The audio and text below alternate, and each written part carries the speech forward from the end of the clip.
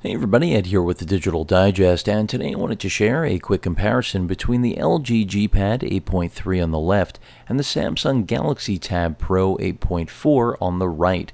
These are two very similar tablets in terms of form factor because we've got an 8.3-inch Android tablet on the left and an 8.4-inch Android tablet on the right. In terms of pricing, they're also very similar. The G Pad retailed originally at launch for $349.99. You can now find it for as low as $300.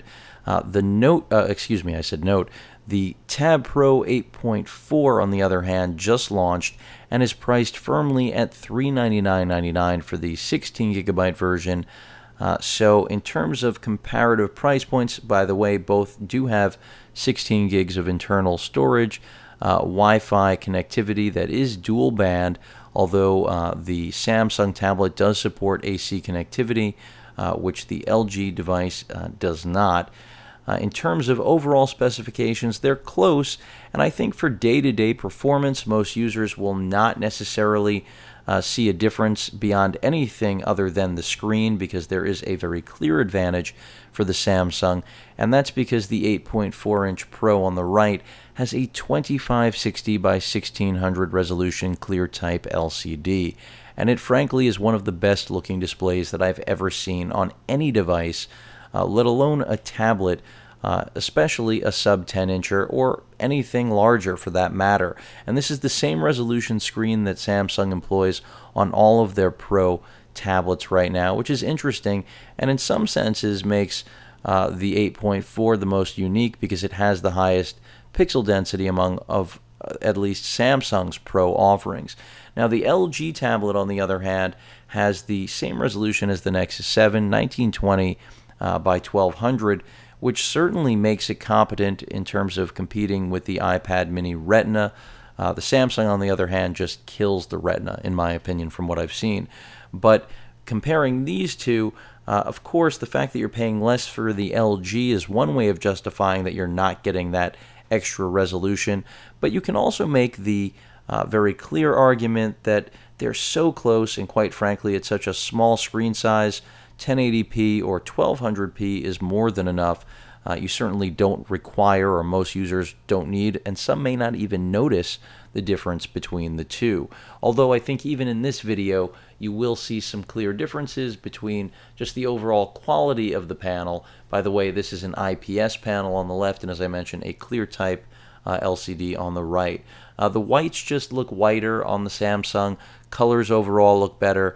Samsung shining where they traditionally do. And don't get me wrong, LG and Samsung, they're pretty much the two largest manufacturers when it comes to displays these days, and everyone has their favorite, but at least when it comes to these two tablets, the Samsung screen not only outclasses the LG in actual resolution, but color accuracy and performance as well. But that's not to say that the LG does not look really, really good, and when comparing it to something like the Nexus 7 or other sub 10-inch tablets, I think it's pretty much best in class outside of the tablet to its right. So screens aside, let's talk about processors, because that's really important for a tablet that's being pitched in both cases as more premium than something like a Nexus 7 or even a budget Tegra Note. And granted, the Tegra Note 7 does have a Tegra 4 processor, which is superior to the chip under the hood here in the LG G Pad 8.3.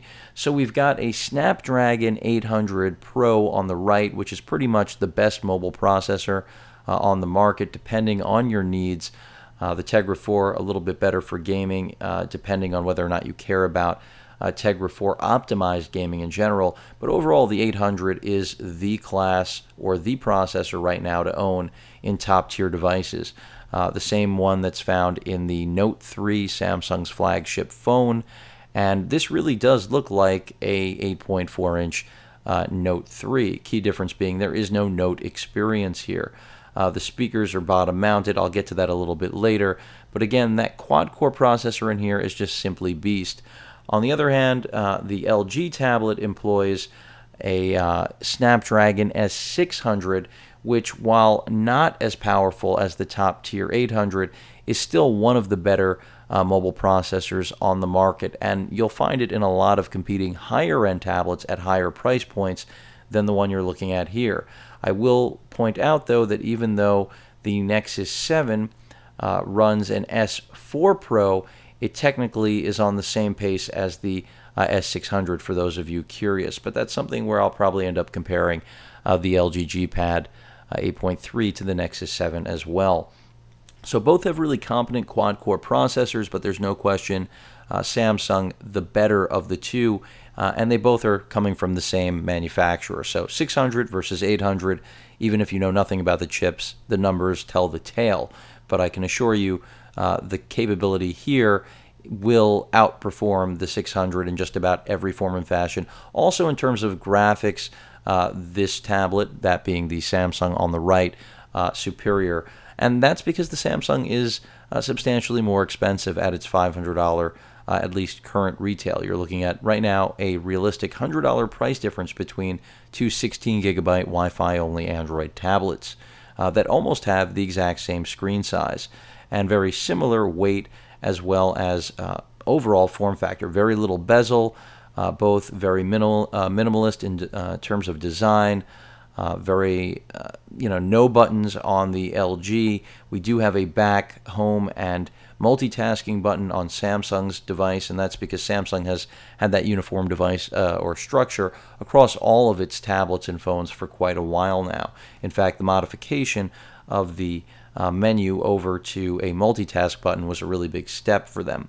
Both have overlays. Samsung goes with what used to be TouchWiz, now rebranded as Magazine UX, which really just builds Flipboard into the overall experience and does offer, Samsung offers quite a bit of perks, as they dub them, when you pick up their tablet. You will not find that with the LG, but in terms of RAM, both are at 2 gigs, so fairly standard, par for the course.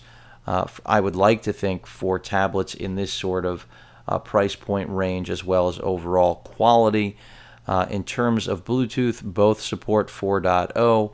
I mentioned before, dual band Wi-Fi on each of these. You also have GPS on each of these tablets. And in terms of software, both really try to hold your hand. Samsung's been doing that for years. LG, brand new to the business, finally just coming back. So they're just getting into the mix. Plastic build on the right with a rubberized textured back. More metallics in the LG, so LG gets the nod when it comes to build quality. But again, I'm not in any way saying that the Samsung doesn't have solid build quality. The LG just feels a little bit more substantial because of the metallic backing, which I'll show you when I get these tablets flipped over. You can see two very different keyboards here. Samsung, a lot more time in the business in refining the keyboard, no question about that. Let me go ahead and navigate over to ESPN. And this will be good because it'll also act as a little bit of a speed test. Remember, I am nowhere near my router. Both are on the same band, 5 gigahertz, on my router itself. And I have to be reminded of this awful Nick game. But you can see the Samsung loaded up considerably faster than the LG. And even when it comes to responsiveness, it just seems like it's not just a matter of the actual software and how it's driven. I feel like the Samsung does generally yield a better experience overall, and it should. It's the more expensive device. Again, the hardware buttons here that don't eat into screen real estate do on the G Pad 8.3. That's not a big deal. Any Nexus user will tell you that's part of your life in terms of when it comes to tablet and phone use. So let me go ahead and go to the actual real site, since they decided always to default to the mobile. And again, it should come across really clearly, the screen resolution difference. And again, the load time there. And the whites and the color saturation, everything that I've been talking about. But there you can see, side by side, full zoom there on at least the top text headlines for ESPN. And, how much of a difference you'll actually be able to see? Negligible. I mean, the human eye only so capable, but this is definitely a brighter screen also, which will come through in the video. And just clearly, again, to my eye, this is the best display I've ever seen. So if I took this out of the picture and we were just doing the LG G Pad 8.3 review, which of course I will be doing, there's no question the G Pad would get its praise. But in this comparison, the screen just kills it. So processor, of course, goes to Samsung. Screen so far to Samsung. Bluetooth performance, a wash essentially. Wi-Fi performance goes to Samsung again.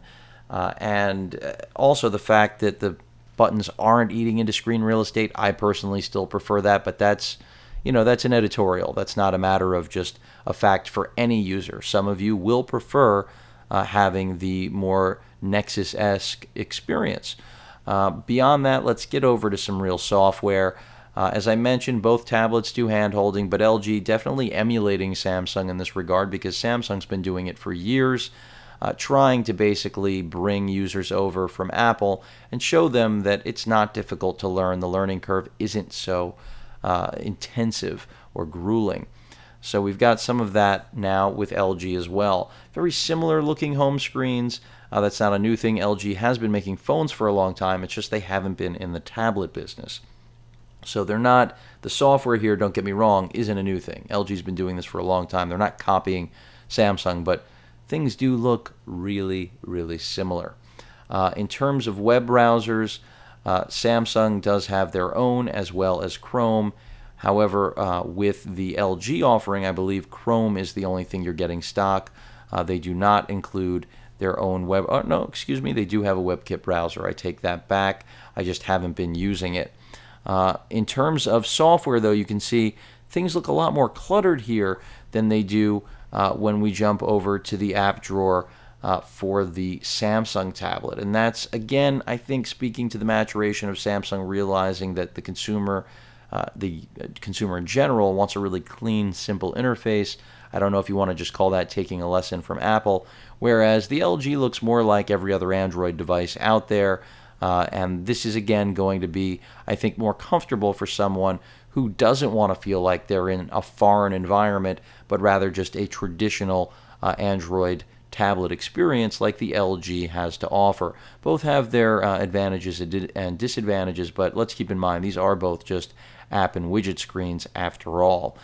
In terms of software, you can see LG has their own alarm clock, calculator, calendar, camera, Chrome, contact suite, of course access to your downloads, email, gallery. I mean, everything that you would expect is there. They have their own backup service, notebook, memo. I mean, there's a lot to live up to when you're trying to compete with Samsung. Forget about even Apple or any other manufacturer because that's really who they are taking head on.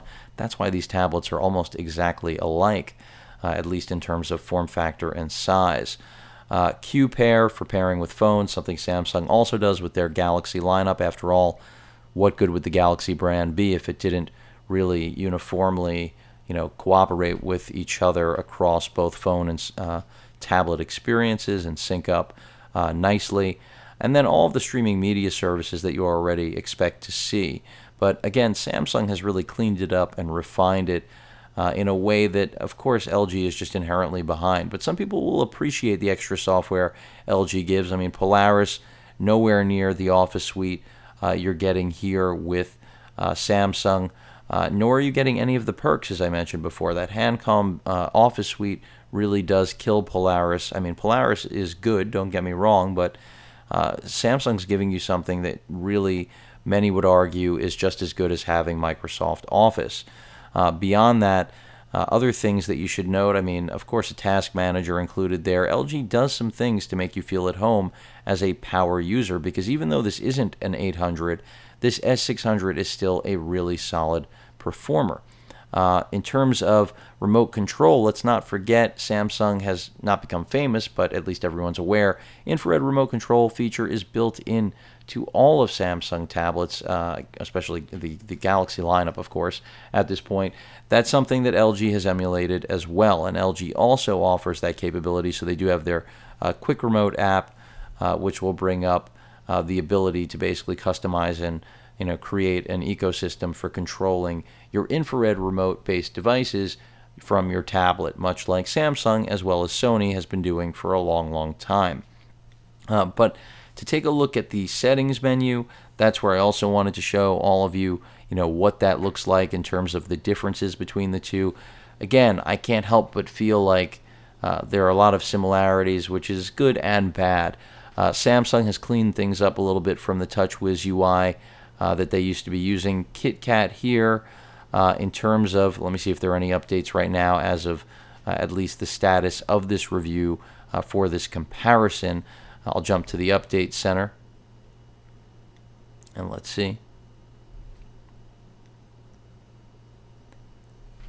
Okay, so we are current. I did think we were, but you never know. I mean, I could be filming and all of a sudden we actually have an update.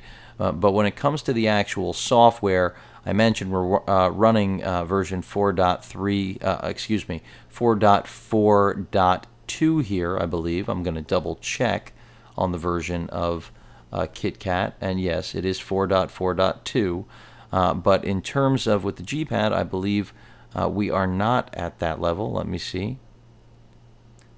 Oh no, we are not, as I said before. So correct, 4.22. So in terms of software, again, advantage goes to Samsung. Again, with the exception of taking into account that both of these have these overlays. So for some people, the fact that it's even running KitKat, they may not think is relevant, but trust me, it is. Every time you get an OS update, it's a benefit because both of these devices, the roadmap for their updates will eventually end, and that's something to realize. These aren't Nexus devices that Samsung or LG are going to continue pushing updates to because they plan to make products to succeed them that they hope you're going to buy next year or the year after that. A little tip, again, hand holding from LG showing you that you can double tap to wake up the screen and you can turn it off. This is all stuff that Samsung's been doing and LG for a long time, again, to acclimate new users to their devices. So, more home screens here, and then also an introduction to basically the features of the tablet on the LG here on the left. It almost didn't bring it up, but there it does.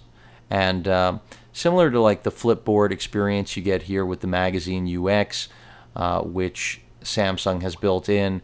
And that's because Samsung had Flipboard in the Galaxy Note 10.1 2014 edition implemented, and it was really pretty to look at, had some issues with functionality, and they've refined it in this KitKat build. So now you have a business home screen to manage your calendar, appointments, email, and office documents, as well as business news, and you can customize this. And then you can also jump over to your entertainment lifestyle section. So really Samsung giving you a home screen that makes sense for everything rather than just, a load of pages that are a mess that, yeah, you can organize yourself clearly, but they're giving you at least a basis and infrastructure to begin with. In terms of apps here, this is again the feature guide telling you about the design of the tablet, the actual hardware internals, the screen, which even though they're saying uncompromising, this is the uncompromising screen when comparing these two. QPair, allowing you to seamlessly connect and link with any Android smartphone, but of course they'd prefer LG. Knock on, as we just were shown, to tap the screen to turn on and off. Q-Slide, which will allow for multitasking with gestures. The slide aside feature, again, multitasking, and quick memo. These are all things I'll get to if you're interested. If you really want to see that, then focus on my actual review of the G-Pad 8.3. But very similar. I mean, here in the widget for weather, we don't have the ability like we did with the Samsung to add events or, jump to our portfolio and add stocks through Yahoo Finance.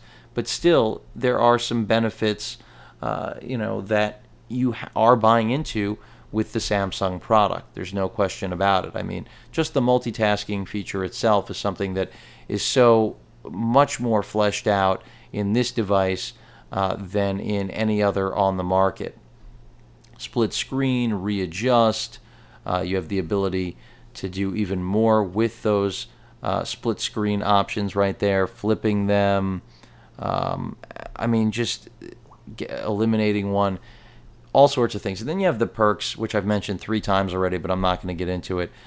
because that's not what this video is about. Perks shouldn't be your selling point for a device. It should be your comfort and overall happiness with what it provides and whether or not it really accomplishes the tasks that you set out to do with it.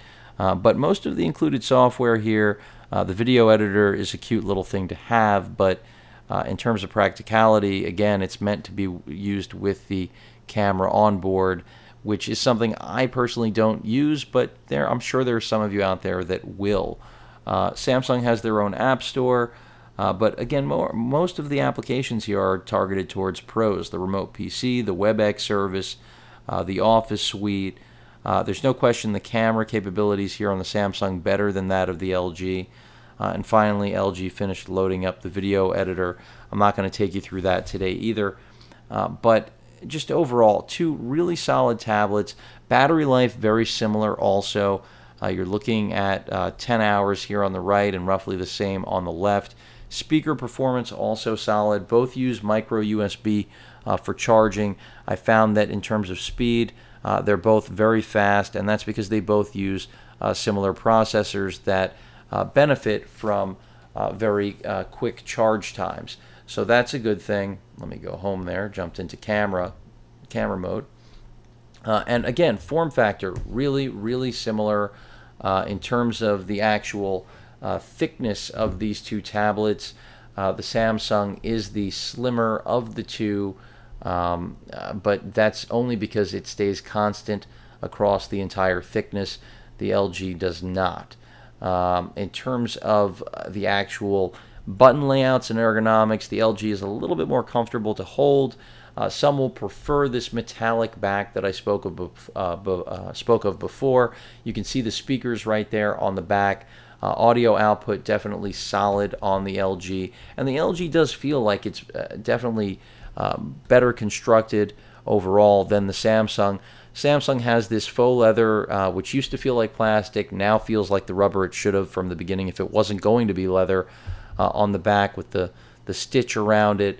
And overall, I have no qualms with the design. Power button volume rocker, your infrared port right there for blasting off to those devices you want to control, micro USB for charging, speakers on the bottom, which are also relatively solid, at least from what I've seen. Micro SD card slot for storage expansion. So everything you could pretty much desire from a device like this, especially with such a great screen and processor in tow. There are certainly things I could have wished for in both of these. I mean, the Nexus 7 has NFC and wireless charging that neither of these devices have. I would have liked to have seen Samsung incorporate some of that because Sammy already incorporates it into a lot of its devices. So a little bit strange that we don't have it here, but either way, not a deal breaker, but certainly something to hope for in the future. I think the focus here really was just making a very solid 8.4-inch tablet, which is a bit of a gamble for both companies alike. And in Samsung's case, really giving you the best of everything and focusing on polishing the software experience more so than just having new bragging rights. LG just getting their feet wet in the business, and I think is a first-time offering, a first effort.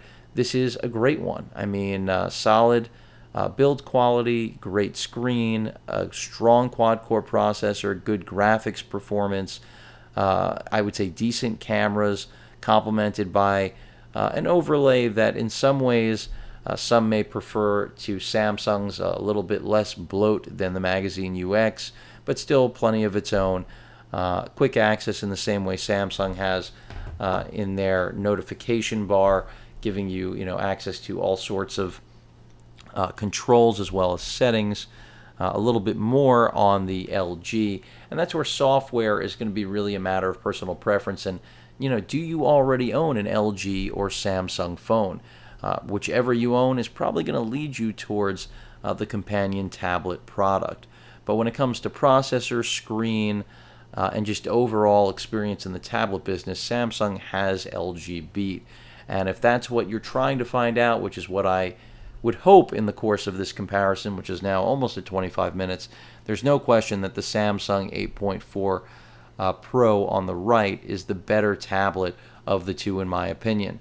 Now, if budget is an issue, don't feel that you're in any way selling yourself short with the LG G Pad 8.3. In fact, I feel it does not get enough praise for what it represents, because it is a step above something like the Nexus 7 outside of what I mentioned, lacking those, not infinite, but long-term software updates, as well as some important features for certain users like NFC, as well as wireless charging, but those don't exist here on the Samsung offering either. And when it comes to hardware under the hood, it's no slouch either. It can't match the Samsung, but the Samsung is a more expensive product, and that arguably justifies the higher end internals. Again, battery life right on par, and charge time is too. I haven't spent a lot of time with these, but enough to really tell all of you what I have there. And in total, performance, again, in day-to-day, really, really close. But for that bleeding edge consumer that must have the greatest processor and overall performance in every regard, Samsung delivers that, even when we're talking about something simple like cameras. But shockingly now on software as well. So a lot to like on both of these devices. The LG has a lot of cool features that I didn't get into today, but when it comes to hardware and software and just the overall package you're getting at the price point, even with the Samsung being a little bit more expensive, I'm still going to point all of you in its direction. So hope you all enjoyed the comparison. These are two very strong offerings and just a great example of how far the Android platform has come, as well as mobile tablets and their capabilities to blur the line with what we used to rely on for computing, and also give us something that differentiates from the incredibly large smartphones that are becoming more and more common, which is why it seems that the 8-inch class is, in a sense, not replacing the 7, but finding true footing, because phones are getting larger and larger, and as a result, the 7-inch class really seems to be more of an overlap rather than a complementary device that's more comfortable to use than your smartphone. But both are great tablets. I recommend both, but clearly I think all of you who've made it this far know the Samsung is the better of the two, and it should be with the price premium. Any questions or comments, please feel free to post them. And of course, as usual, please feel free to subscribe. Later.